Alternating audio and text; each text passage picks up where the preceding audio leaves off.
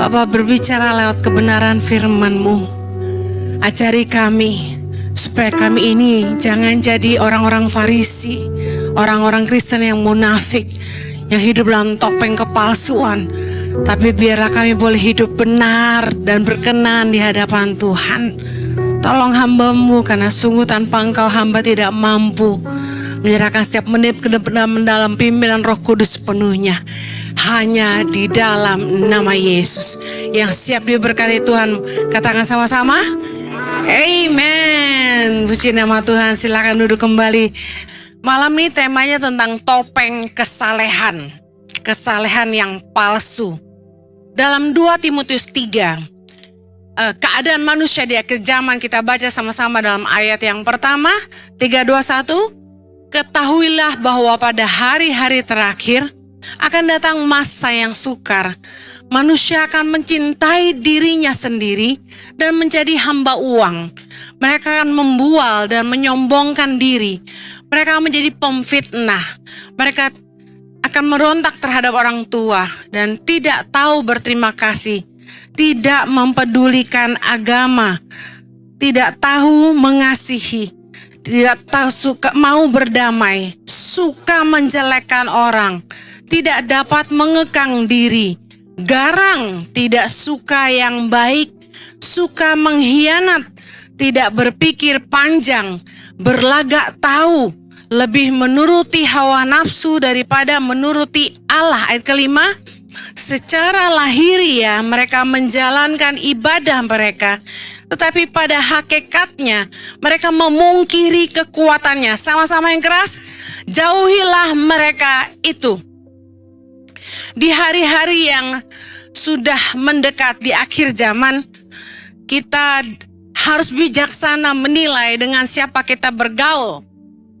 Dalam 2 Timotius 3 yang kita baca tadi, Rasul Paulus dengan sangat tegas dan profetik memperingatkan kepada kita semua bahwa ada orang-orang yang harus kita jauhi. Kenapa? Karena pergaulan yang buruk merusak kebiasaan yang baik. Pengaruh lingkungan pergaulan kita sangatlah berdampak dalam cara pandang kita, cara hidup kita, nilai-nilai yang kita pegang, bahkan menentukan masa depan kita. John Maxwell pernah berkata bahwa tunjukkan 5 orang temanmu, saya kasih tahu kamu masa depanmu. Birds always fly with the same feather. Burung selalu terbang dengan sejenisnya. Anda pengen jadi seperti apa? Lihat dengan siapa Anda bergaul hari ini. Dengan keras Rasul Paulus berkata, jauhilah mereka itu. Rasul Paulus menuliskan perilaku buruk karena kebobrokan dan kemerosotan moral dan akhlak manusia di akhir zaman. Kita bisa lihat bahwa semua yang kita baca tadi itu nyata, bukan? Orang-orang udah makin cinta diri sendiri, cinta uang, nggak tahu berterima kasih, berontak sama orang tua. Hei, lihat anak sekarang, udah so lebih pintar daripada orang tuanya, udah susah dikasih tahu, apalagi anak remaja, betul nggak sih? Dan nggak tahu terima kasih, suka menjelekkan orang, suka memfitnah. Lelah sekali menghadapi orang-orang yang demikian, tapi Rasul Paulus dengan keras sekali berkata, dalam Efesus 5, sekali lagi dikatakan begini, dalam ayat yang kelima, Efesus 5 ayat kelima, kita baca sama-sama. Karena ingatlah ini baik-baik, tidak ada orang sundal, orang cemar atau orang serakah, artinya penyembah berhala, yang mendapat bagian di dalam kerajaan Kristus dan Allah. Janganlah kamu disesatkan orang dengan kata-kata yang hampa, karena hal-hal yang demikian mendatangkan murka Allah atas orang-orang durhaka. Ayat ke-7 sama-sama. Sebab itu janganlah kamu berkawan dengan mereka. Sekali lagi Rasul Paulus mengingatkan kita semua, kita nggak boleh bergaul sama orang-orang yang akan mencemarkan hidup kita, membuat karakter ilahi itu korup dari hidup kita. Amsal 13 ayat 20 berkata, siapa bergaul dengan orang bijak menjadi bijak, siapa bergaul dengan teman dengan orang yang bebal menjadi malang. Kalau Anda mau hidupmu baik, masa depanmu baik, bergaullah dengan orang yang bijak. Katakan amin. Bu Heni, kan kita harus jadi terang di tengah kegelapan. Tapi pertanyaan saya, kalau Rasul Paulus dengan tegas mengatakan ini, apakah Anda yakin bahwa Anda bisa kuat untuk mempengaruhi mereka dan Anda tidak terpengaruh? Menurut saya, kebiasaan buruk itu lebih gampang mempengaruhi kita daripada kebiasaan baik, betul? Anak kecil aja nggak usah diajarin berantem, nggak usah diajarin bohong. Dari kecil udah bisa berantem dan bohong. Tapi untuk sebuah kebiasaan baik butuh ditanamkan dari sejak kecil. Saya bahas dalam seri yang pertama tentang pencinta diri sendiri. Dikatakan dalam 2 Timotius 3 ayat yang kedua, manusia akan mencintai dirinya sendiri. Ini berbeda dengan yang istilahnya begini, kasihilah sesamamu manusia seperti dirimu sendiri. Bukan mengasihi diri yang sehat, tetapi lebih kepada egoisme narsistik. Fokusnya hanya kepada self, diri sendiri. Self-righteous, self-centered, self-seeking, self-profit. Selalu mikirinnya untuk dirinya dan dirinya. Ada istilah sekarang itu dalam ilmu psikolog itu NPD. Narcissistic Personality Disorder. Orang-orang yang hanya mencari perhatian buat dirinya sendiri, manipulatif untuk kepentingan diri sendiri. Nah, itu poin yang saya bagikan dalam pencinta diri sendiri. Anda bisa dengarkan khotbahnya di live streaming. Kemudian saya bahas di bagian kedua tentang tidak tahu berterima kasih. Dikatakan dalam 2 Timotius 3 yang kedua, tidak tahu berterima kasih, bahwa orang-orang di akhir zaman ini punya sifat ungrateful, nggak tahu bersyukur. Kenapa bisa gitu? Karena mereka feel entitled, merasa berhak, merasa bahwa kebaikan yang mereka terima adalah sebuah kewajiban. Ibaratnya orang Kristen, itu kalau udah pelayanan, udah nabur, tuh ngerasa gini, Tuhan itu wajib memberkati dia. Makanya gak heran ada jemaat yang kecewa kalau dia nabur di sebuah gereja, lalu kayaknya gak balik gitu berkatnya. Jadi dia cari gereja lain. Ini serius. Ada jemaat gereja lain yang datang ke sini dan bilang sama saya seperti itu. Kalau saya nabur di gereja saya, dia bilang baliknya cepet. Kalau di ICI cepet gak, dia bilang gitu. Manusia seringkali menuntut Allah untuk melakukan sesuatu bagi dia, karena apa yang dia lakukan bagi Allah.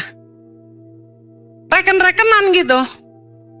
Orang-orang yang nggak ngerti kasih karunia, itu biasanya itu selalu gini, bersifat gini.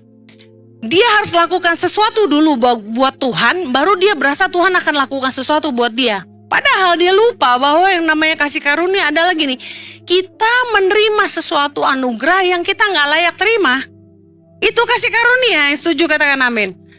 Kita ini gak layak terima keselamatan dan pengampunan, tapi Kristus menyerahkan dirinya untuk mati buat kita, supaya kita dilayakkan bagi Allah. Haleluya. Anugerah artinya gini, kita gak cukup benar, kita gak cukup baik, tapi Dia mengasihi kita ketika kita masih berdosa. Dan darahnya yang menghapus segala dosa-dosa dan pelanggaran kita, yang membuat kita hari ini bisa mengenal Dia, itu kasih karunia. Yang mengerti katakan amin. Nggak ada sesuatu pun yang cukup baik yang kita punya ataupun yang bisa kita lakukan untuk membuat kita ini cukup layak untuk terima semua yang Tuhan kasih kita. Saya kasih tahu kenapa saya sangat bersyukur hari ini, karena saya tahu siapa saya. Karena saya tahu seperti apa hidup saya. Dan saya tahu persis kalau saya ada hari ini dipakai Tuhan jadi berkat bagi bangsa dan bagi jemaat Tuhan. Karena semua kemurahan Tuhan. Amin. Karena siapa saya? Enggak lebih hebat dari siapapun. Tapi saya kasih tahu kalau kita bisa dipakai Tuhan bukan karena kita paling hebat. Justru karena kita nggak hebat, kita butuh kasih karunia. Yang ngerti katakan amin. Saya akan tutup dengan seri ketiga ini tentang topeng kesalehan. Saya angkat dari 2 Timotius 3 ayat kelima yang tadi kita baca. Secara lahiriah mereka menjalankan ibadah mereka, tetapi pada hakikatnya mereka memungkiri kekuatannya. Nah, ibadah secara lahiriah dalam bahasa Yunaninya memiliki pengertian topeng kesalehan. Mereka tampak rohani, mereka tampak luarnya sangat religius, rajin ke gereja, rajin ibadah, menggunakan istilah-istilah rohani kalau bicara, bentar-bentar bilang haleluya, bentar-bentar bilang puji Tuhan, bentar-bentar bilang God bless you. Tapi memungkiri kekuatannya. Kekuatan apa yang mereka pungkiri? Kekuatan yang mereka pungkiri adalah kuasa firman yang hidup. Katakan kuasa firman yang hidup. Kenapa firman itu berkuasa? Karena firman Tuhan itu mampu mengubah hati manusia. Firman Tuhan itu membuat kita bisa berubah. Banyak orang yang kasih kesaksian ke saya. Dia bilang gini, beberapa orang message ke DM saya dan email dan sebagainya. Dia bilang gini, Bu Heni terima kasih karena saya sudah ngikutin khotbah Bu Heni sejak lama dan hidup saya berubah. Saya menjadi lebih baik. Nah, bukan karena saya, tapi karena kuasa firman. Yang mengerti katakan amin. Nah, kuasa apa yang mereka pungkiri? Yaitu ini, kuasa Roh Kudus yang bekerja di tengah-tengah orang percaya. Banyak sekali orang yang rohani, bahkan khotbah, tapi mereka nggak percaya kuasa Roh Kudus. Makanya gereja beda-beda denominasi karena banyak pendeta yang meskipun ngerti firman, tapi menyangkal kuasa Roh Kudus yang sanggup bekerja. Di gereja ICI, saya mengedepankan firman Tuhan dan penyembahan. Kenapa? Karena saya sangat percaya di tengah-tengah penyembahan itu Roh Kudus bekerja dengan luar biasa melawat kita. Saya sendiri adalah bukti dari pertobatan atas lawatan Roh Kudus di tengah-tengah penyembahan. Ketika saya hadir di sebuah gereja anak muda, mereka itu lagi nyembah, mereka lagi doa, terus tiba-tiba hadirat Tuhan begitu pekat, Roh Kudus melawat saya dan saya bertobat. Makanya waktu penyembahan itu saya selalu menekankan sama tim ICI Worship, tolong kalau nyembah itu yang dalam, deep worship. Jangan hiruk pikuk, berisik. Makanya saya jarang keluar kalau praise, lagu pujian. Bukan saya nggak suka, saya lebih suka penyembahan. Karena di dalam penyembahan itu kita bisa ngerasain Tuhan. I don't know about you, but I felt that, you know. Saya merasa kita dibantu dengan tim worship untuk membawa kita bisa lebih merasakan kedekatan dengan Tuhan dalam penyembahan. Anda rasakan itu?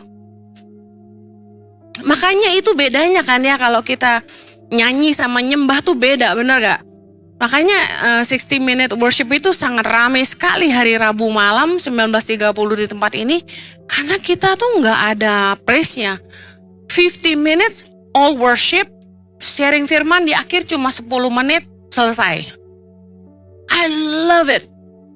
Dan saya percaya orang-orang yang tidak memungkiri kuasa firman yang sanggup mengubahkan dan kuasa Roh Kudus yang sanggup menjamah dan mengubahkan dan bahkan menyembuhkan kita, pasti akan mengalami Tuhan. Yang percaya katakan amin.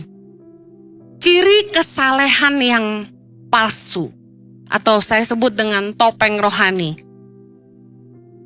Yang pertama tadi, mereka menjalankan ritual agama, yaitu ibadah lahiriah mereka, tapi karakter dan hidupnya tidak berubah.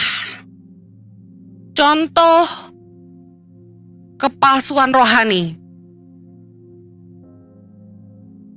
kesalehan yang palsu adalah orang-orang yang kelihatannya itu sangat spiritual, sangat rohani. Mungkin udah pelayanan, mungkin udah khotbah, mungkin seorang hamba Tuhan, pelayan Tuhan. Tapi kita bisa lihat karakternya gak berubah, hidupnya juga nggak berubah. Di gereja kayak malaikat, di rumah kayak setan. Itu bahasa saya. Di gereja kayak orang baik, kayak orang nggak berdosa. Tapi di masyarakat, maaf, nyampah. Ngerti nyampah? Jahat sama orang. Dagang nipu orang, kasar, sombong, jadi batu sandungan, tukang ngutang, tukang nipu orang. Men, banyak banget.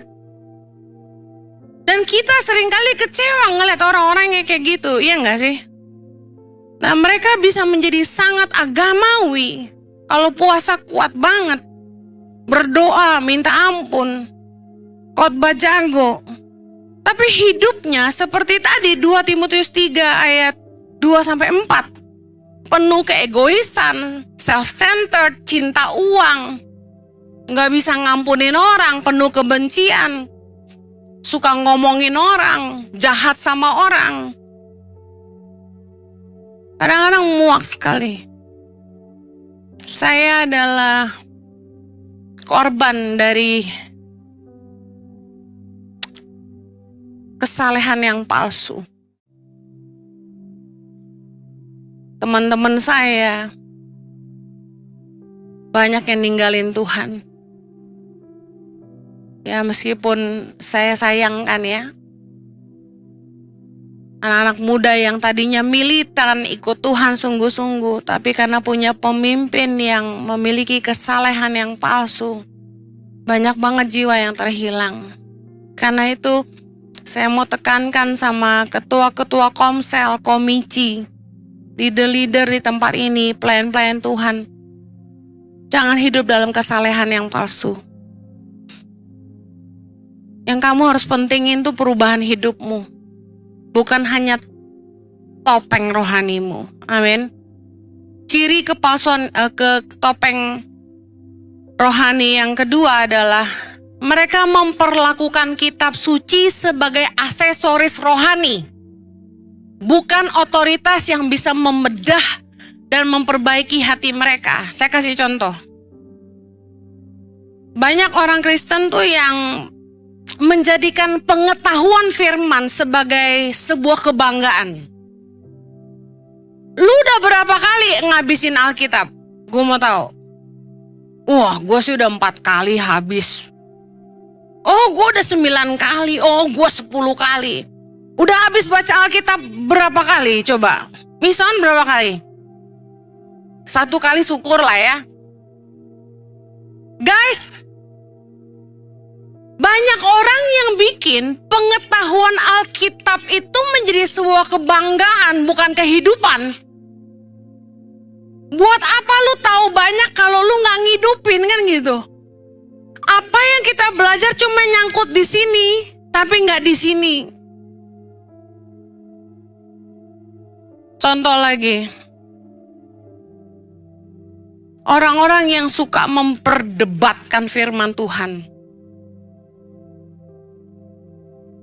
Karena tahu Alkitab, jadi aksesoris rohani, suka berdebat untuk mempertontonkan kemahiran bahwa I know better than you. Masa sih udah akhir zaman kayak gini, di mana perang udah di sana sini, bangsa bangkit melawan bangsa, kita nggak kenal ini akhir zaman. Dan hari gini masih ngeributin.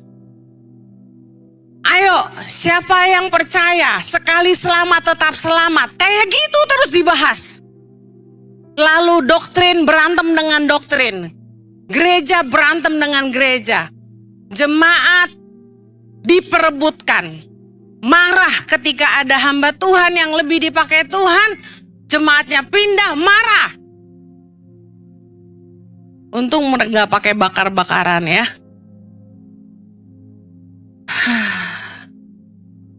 Saya lihat orang Kristen bertengkar.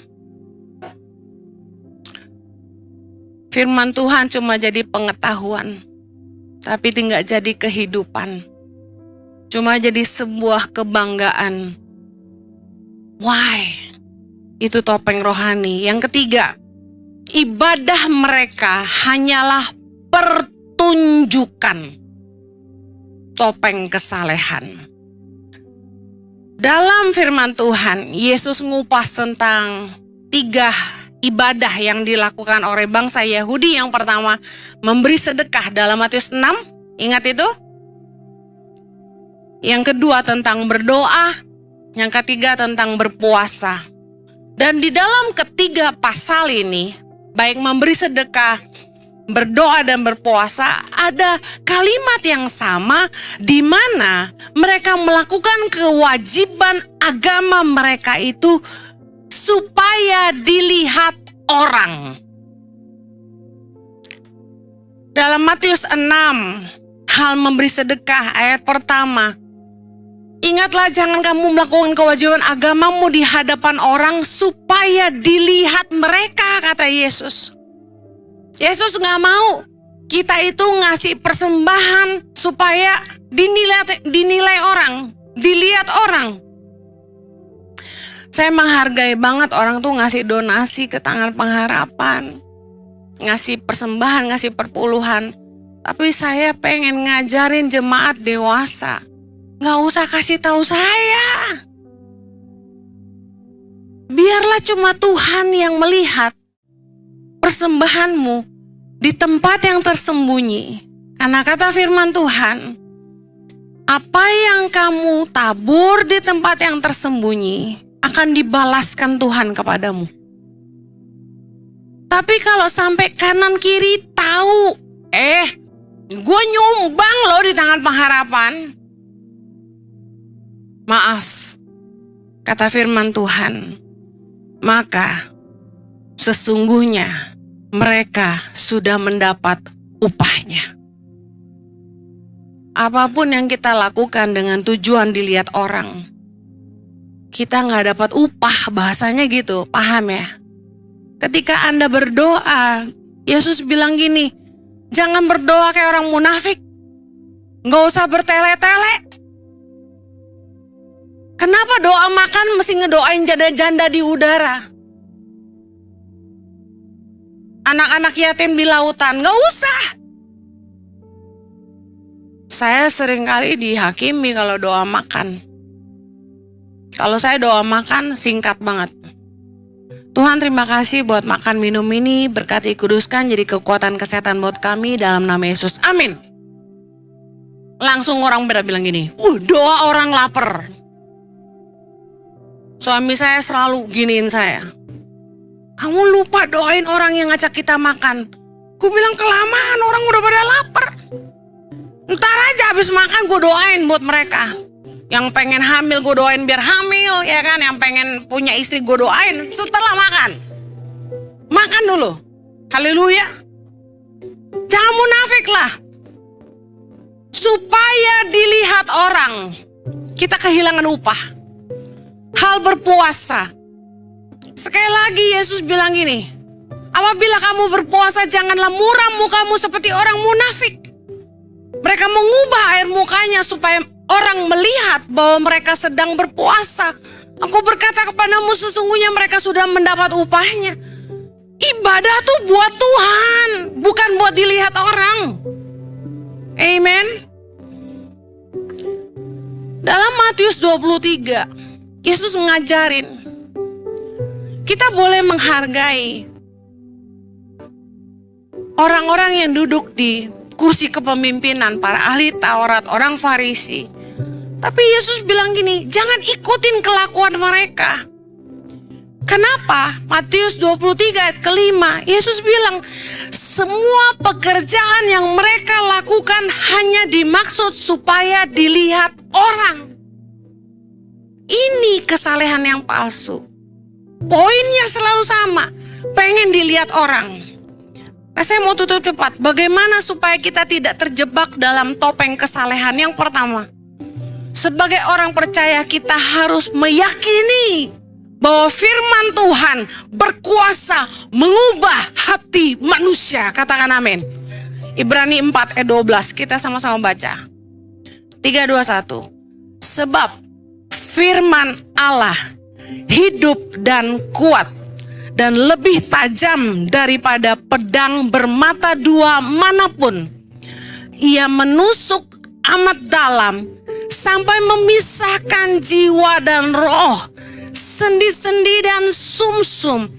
Ia sanggup membedakan pertimbangan dan pikiran hati kita. Lihat loh, firman Allah hidup dan kuat dan lebih tajam daripada pedang bermata dua manapun. Keren.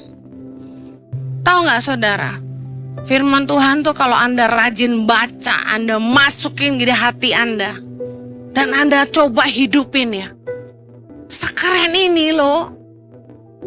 Waktu kita tuh gak murni, gak tulus, firman Tuhan tuh bisa kayak rema yang negur kita di dalam, tau gak? Pedang bermata dua tuh gini, waktu saya khotbah buat Anda, firman ini bicara buat saya juga, menemplak saya gitu, mengingatkan saya juga. Sering kali waktu saya lagi siapin firman, Bapak Ibu, saya nangis di meja. Karena Tuhan bicara buat saya dulu sebelum saya khotbahkan ini. Firman Tuhan itu mengubah. Mungkin ada yang menyakitkan di telinga waktu Anda duduk di situ dan saya mulai khotbah, dan firman Tuhan itu entah kenapa mengarah ke sana yang tepat seperti yang Anda alami. Sekeren itu loh firman Tuhan. Kok bisa ya? Kok kayak Bu Heni tahu ya gue lagi kenapa gitu ya? Sering kan orang kesaksian gitu di IG kan ya. Loh kok bisa ya? Gue lagi ngalamin gini, tiba-tiba di Reels keluar khotbah Bu Heni persis ngomong keadaan gue. Saya kasih tahu, bukan saya, bukan tim sosmed saya, itu Tuhan. Kuasa firman Tuhan, amin. Saya kasih tahu, dulu tuh saya tuh orangnya kalau sama pembantu rumah tangga gitu ya, saya galak banget dulu. Kalau sekarang mah hopeng ya. Satu kali saya marah sama pembantu saya dengan sangat keras. Tahu nggak? Tiba-tiba firman Tuhan jadi rema menemplak saya dan berkata gini, orang miskin bicara dengan memohon-mohon, orang kaya menjawab dengan kasar. Tuhan tuh negur saya, jangan lu sombong mentang-mentang lu kaya, dia miskin gitu loh bahasanya. Wih, saya tertemplak. Saya langsung, Tuhan ampuni. Sejak saat itu, saya tuh lebih menghargai pembantu rumah tangga saya kalau saya ngomong. Malah yang kerja sama saya kadang-kadang lebih sombong dari saya. Ngeselin. Anyway, firman Tuhan dalam 2 Timotius 3:16 mengajarkan tentang 4 fungsi kitab suci, 4 fungsi Alkitab. Secara cepat ya, karena waktu terbatas. 2 Timotius 3:16, segala tulisan yang diilhamkan Allah sangat bermanfaat untuk mengajar. Mengajar artinya menunjukkan jalan. Saya kasih tahu ya, Alkitab tuh kaya. Anda butuh petunjuk apapun, Alkitab tuh punya. Mengajar. Yang kedua, untuk menyatakan kesalahan, menunjukkan penyimpangan yang kita lakukan, bisa negur kita. Yang ketiga, memperbaiki kelakuan, yang artinya gini, Alkitab mengajarkan kita cara kembali ke jalan yang benar. Yang keempat, untuk mendidik orang dalam kebenaran, yang artinya gini, firman Tuhan itu menunjukkan kepada kita, ngajarin kita gimana sih cara hidup yang benar. Apa sih standar kebenarannya Tuhan? Apa sih yang baik di mata Tuhan? Alkitab ngajarin kita itu. Keren gak? Yang terakhir, bagaimana supaya kita tidak terjebak dalam topeng kesalehan, Tadi yang pertama harus meyakini bahwa firman Tuhan berkuasa mengubah hati manusia. Yang kedua, supaya kita nggak terjebak dalam topeng kesalehan. Firman Tuhan yaitu kebenaran harus menjadi kehidupan, bukan sekedar pengetahuan. Harus jadi gaya hidup kita, bukan hanya sekedar pertunjukan. Orang yang sungguh-sungguh percaya sama firman itu nggak cuma denger, kayak Anda nih dengerin saya khotbah, tapi Anda benar-benar ngerenungin itu, coba ngertiin dan hidupin. Kalau Anda dengar firman dan Anda nggak ngerti, Anda pulang harus belajar lagi, tanya sama orang lain. Itu yang namanya niat pengen berubah, bener nggak? Nggak cuma denger, tapi ngertiin, ngerenungin, dan ngidupin. Sama-sama. Nggak cuma dengerin, tapi merenungkan, mengerti, dan menghidupi. Ini penting. Kalau Anda nggak ngerti, Anda nggak bisa menghidupi. Orang yang matang secara rohani akan terlihat dari buahnya, bukan dari topeng agamanya. Di akhir zaman dalam Matius 7, Yesus memberi peringatan tentang hal pengajaran sesat. Dikatakan ayat 15, waspadalah terhadap nabi-nabi palsu yang datang kepadamu dengan menyamar seperti domba, sesungguhnya mereka adalah serigala yang buas. Ayat 16 bilang gini, dari buahnya lah kamu akan mengenal mereka. Bapak Ibu, Anda harus ngerti firman. Kenapa? Karena akhir zaman akan banyak datang nabi-nabi palsu, pengajar-pengajar sesat. Bahkan dikatakan akan banyak orang yang menyamar menjadi Mesias. Kalau Anda tidak paham firman Tuhan, Anda akan gampang disesatkan. Nah, tapi jangan khawatir, Yesus kasih tahu kita gimana kita bisa ngebedain yang benar dan yang salah, yang sesat dan yang benar. Lihat dari buahnya, kata Yesus. Pada hari terakhir, ayat 22 Matius 7, banyak orang akan berseru kepadaku, Tuhan, Tuhan, bukankah kami bernubuat demi namamu, mengusir setan demi namamu, mengadakan banyak mujizat demi namamu juga? Pada waktu itulah aku akan berterus terang kepada mereka dan berkata, aku tidak pernah mengenal kamu, enyahlah daripadaku kamu sekalian pembuat kejahatan. Dengar, para penyesat ini akan berkedok topeng rohani. Mereka akan kelihatan hebat. Secara kerohanian mereka dipakai Tuhan. Tapi jangan sampai tersesat. Lihat buahnya. Apakah karyanya baik? Apakah karakternya baik? Apakah keluarganya baik? Karena secara lahiriah mereka menjalankan ibadah mereka, tapi pada hakikatnya memungkiri kekuatannya. Jangan bergaul dengan orang-orang yang bertopeng kesalehan, dan jangan sampai kita sendiri hidup dalam kemunafikan. Yang mengerti katakan amin. Kita berdoa, Bapa di sorga, tolong kami supaya kami nggak jadi orang-orang Kristen munafik, supaya kami nggak terjebak dalam topeng kesalehan, tapi kami sungguh-sungguh jadi orang-orang yang mengerti firman, menghidupi firman, mempercayai kuasa firman yang sanggup mengubahkan dan menjadikan firman itu bukan hanya pengetahuan tapi kehidupan. Kami mau melakukannya dan hidup di dalamnya. Tolong kami Tuhan. Aku berdoa agar Roh Kudus mencelikkan mata hati, membuat umat-Mu mengerti firman-Mu Tuhan. Bukakan mata hati mereka, buat mereka mengerti firman Tuhan. Di dalam nama Yesus kami berdoa. Amen. Have a blessed Sunday. God bless you. Take care. Have a good night.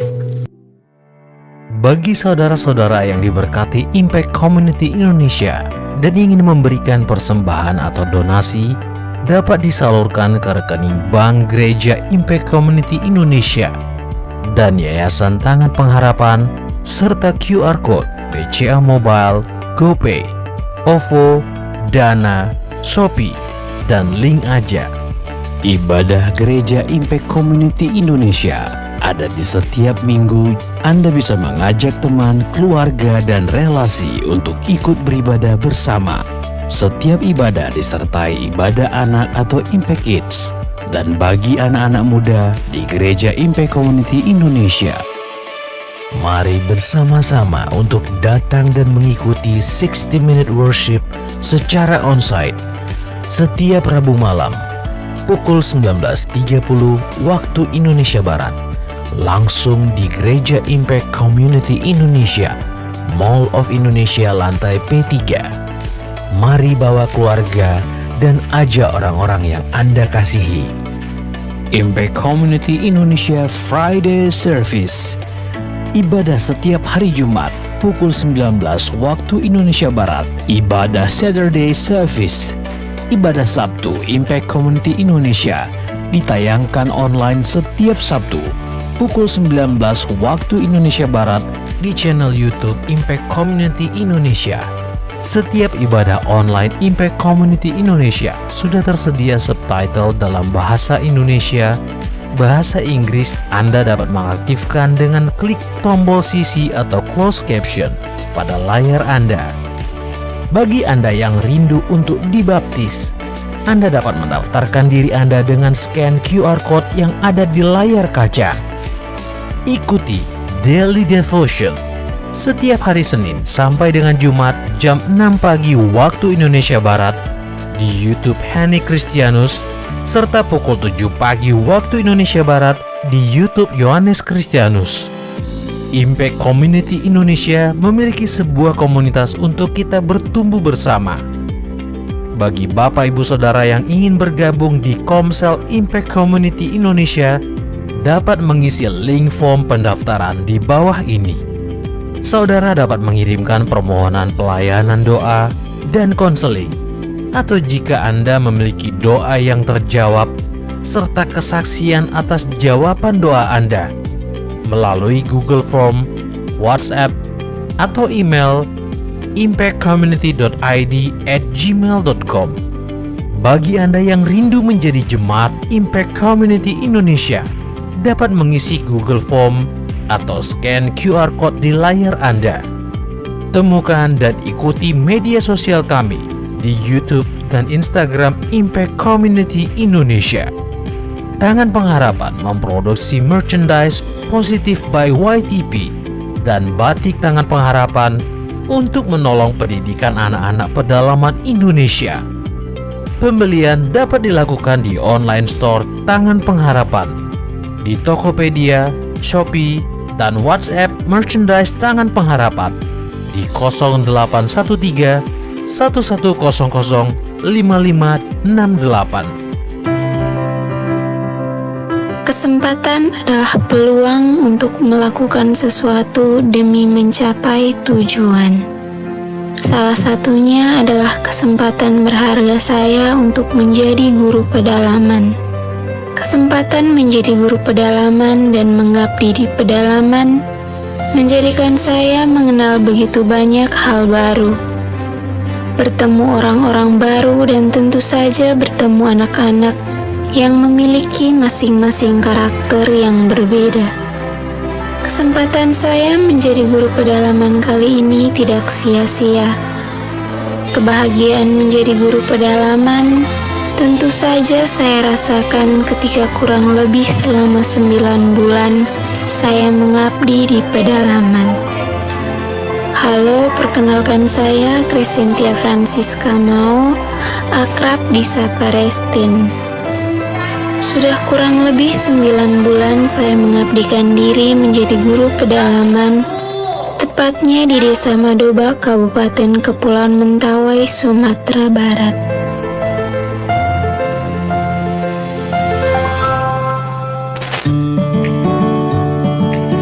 Senang sekali rasanya bisa berada di tempat ini.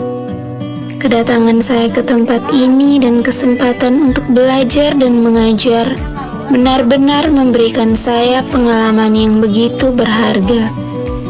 Dari keterbatasan akses jalan, fasilitas maupun sarana prasarana khususnya di sekolah. Tapi dari semua keterbatasan itu, saya justru belajar untuk bagaimana saya mengatasi setiap tantangan yang saya alami. Dari situ, saya menemukan suatu keajaiban kecil setiap hari. Seorang anak yang tadinya tidak bisa membaca, kini dia mulai bisa membaca beberapa suku kata. Anak yang biasanya pemalu sudah mulai berani untuk tampil. Selama berada di tempat ini, saya belajar banyak hal. Saya belajar dari teman-teman dan guru-guru hebat di tempat ini. Selain itu, saya juga belajar budaya dan bahasa di Mentawai, belajar membuat makanan khas, belajar membuat gelang, dan belajar untuk bagaimana tetap bersyukur dengan berkat yang kita peroleh.